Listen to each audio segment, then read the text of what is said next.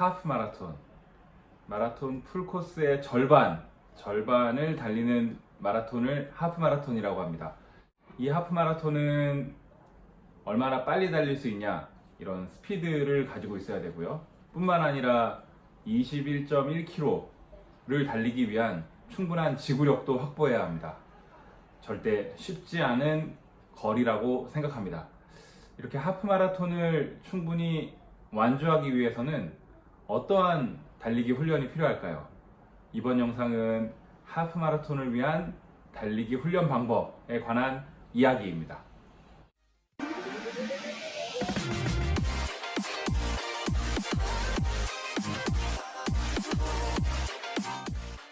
하프 마라톤을 위한 달리기 훈련 방법, 그 첫 번째는 주간 마일리지입니다. 이 주간 마일리지는 하프 마라톤뿐만 아니라 짧게는 5km 혹은 10km, 그리고 마라톤 풀코스에 이르기까지 모든 달리기 훈련에 굉장히 필요한 아주 필수적인 요소라 말씀드릴 수 있습니다. 주간 마일리지를 충분히 확보를 하는 것이 이 달리기 훈련에서는 기본 중에 기본입니다. 이 기본이 확보되지 않은 상태에서 다른 달리기 훈련을 하는 것은 정말 올바르지 못한 달리기 훈련이라 말씀드릴 수 있고요. 하프 마라톤을 위해서는 그럼 어느 정도의 주간 마일리지가 있어야 할까요? 먼저 중요한 것은 일주일에 달리는 횟수를 적어도 5일 이상 달리시기를 적극 권장하고요. 총 달리는 주간 마일리지는 적어도 50km 이상 달리시기를 권장합니다. 이런 주간 마일리지를 그렇게 늘리는데, 지금 현재 주간 마일리지가 그렇지가 않다면 점차 늘려야 하는데, 그 늘리는 것은 절대로 급격하게 늘려서는 좋지 않습니다. 지난주 내가 달린 총 거리의 약 10 내지 15% 정도를 서서히 늘려가면 가장 좋은 방법이라 생각할 수 있고요. 또한 내가 일주일에 50km 이상을 달려야 하는데, 항상 내가 달릴 수 있는 최선을 다해서 나의 최대 능력을 발휘하면서 달려서는 안 됩니다. 그러면 부상을 당할 수 있고요. 항상 대부분의 달리는 거리는 나의 최대 심박수의 80% 이하, 옆 사람과 대화할 수 있는 그런 수준의 달리기, 즉 편한 페이스에서 달리시기를 적극 권장합니다. 두 번째는 자신에게 맞는 적절한 신발을 찾자입니다. 달리기에 사용되는 러닝화는 정말 차고 넘치도록 종류가 많습니다. 그런데 가장 좋은 러닝화는 내 발에 맞는 러닝화입니다. 내 발에 맞는 러닝화를 어떻게 찾냐? 그걸 우리는 찾아야 하는데, 그거를 찾는 방법은 솔직히 내가 잘 모르니까 어떤 특정 달리기 러닝화를 판매하는 매장에 가서 나의 발의 모습 혹은 달리는 자세의 모습, 이런 것을 서로 이야기하면서 나에게 맞는 러닝화를 컨설팅 해줄 수 있는 그런 매장에 가서 달리기 신발을 고르시기를 적극 권해드립니다. 나에게 맞는 러닝화가 가장 좋은 러닝화입니다. 세 번째, 올바른 달리기 자세에 대해서 알고 있어야 됩니다. 하프 마라톤 정도의 거리를 달리기 위해서는 주간 마일리지도 늘려야 하고 상당히 많은 달리기 훈련이 필요하기 때문에, 이런 많은 달리기 훈련을 할 때 올바르지 못한 달리기 자세로 훈련을 하면은 달리기 실력도 향상될 수 없거니와 더 중요한 것은 부상을 부를 수 있습니다. 그렇기 때문에 올바른 달리기 자세는 참 중요한데요.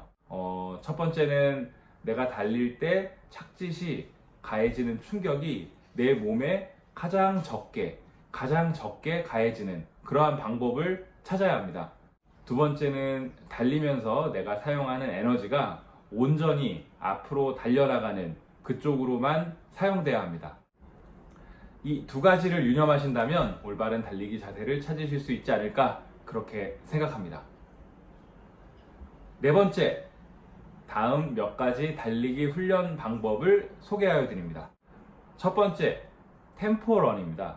템포런이라는 것은 다른 말로는 무산소 역치 훈련이라고도 하고요. 또 다른 말로는 젖산 역치 훈련이라고도 표현을 합니다. 자신의 최대 심박수의 약 85%에서 90%의 영역에 해당하는 그 정도의 페이스로 적어도 20분 이상 달리시기를 적극 권장합니다. 템포런은 조금은 강한 훈련이기 때문에 템포런을 실시하기 전 충분한 워밍업, 그리고 템포런 후에 충분한 쿨다운 회복주 훈련, 그리고 마지막으로는 최대한 열심히 스트레칭, 이것을 꼭 같이 가미하여야 합니다. 두 번째는 장거리 훈련입니다. 지금 말씀드리는 장거리, 이 장거리라는 것은 또 사람마다 기준이 다 다를 수 있습니다. 이 장거리 훈련은 내가 주간 얼마나 달리냐, 이 주간 마일리지에 따라 좌우되는데요.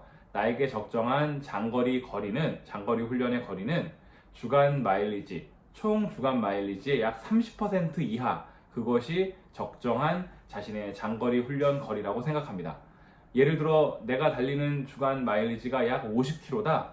그럼 나에게 적정한 장거리 훈련의 거리는 약 15km 정도에 해당됩니다. 이 장거리 훈련은 자신이 목표로 하는 하프 마라톤보다는 훨씬 느리게 천천히 달리는 것이 중요합니다. 장거리 훈련은 반드시 초반 페이스를 일정하게 유지해서 끝까지 유지하는 그런 장거리 훈련이 더욱 효과적인 장거리 훈련입니다. 그러기 위해서는 초반에 상당히 느리게 시작하시는 것이 좋습니다. 세 번째, 스피드 훈련입니다. 이 스피드 훈련은 역시 하프 마라톤에서도 필요한 훈련인데요. 자신의 10km 지금 페이스보다 빠르게, 혹은 자신의 5km 페이스보다도 더 빠르게 달리는 그런 훈련입니다. 심박수로 얘기하면 자신의 최대 심박수의 90% 이상 더 빨리 달려서 95% 이상 그렇게 달리는 훈련이 이제 스피드 훈련인데요. 이런 스피드 훈련은 참 실력 향상에 굉장히 큰 도움이 됩니다. 그런데 부상의 위험이 가장 큰 훈련이 바로 스피드 훈련입니다.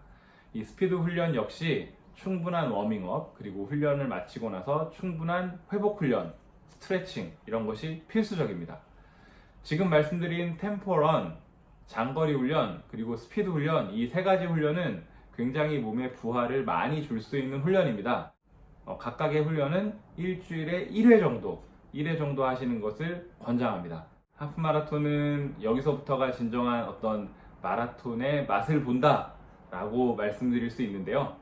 앞서서 말씀드린 것처럼 충분한 스피드도 확보해야 되고요. 두 번째는 내구력, 지구력을 필요로 하는 그런 거리입니다. 그렇기 때문에 충분한 훈련이 필요하다고 생각하고요.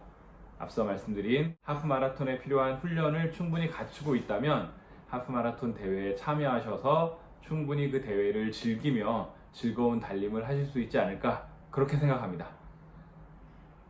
띵사인입니다.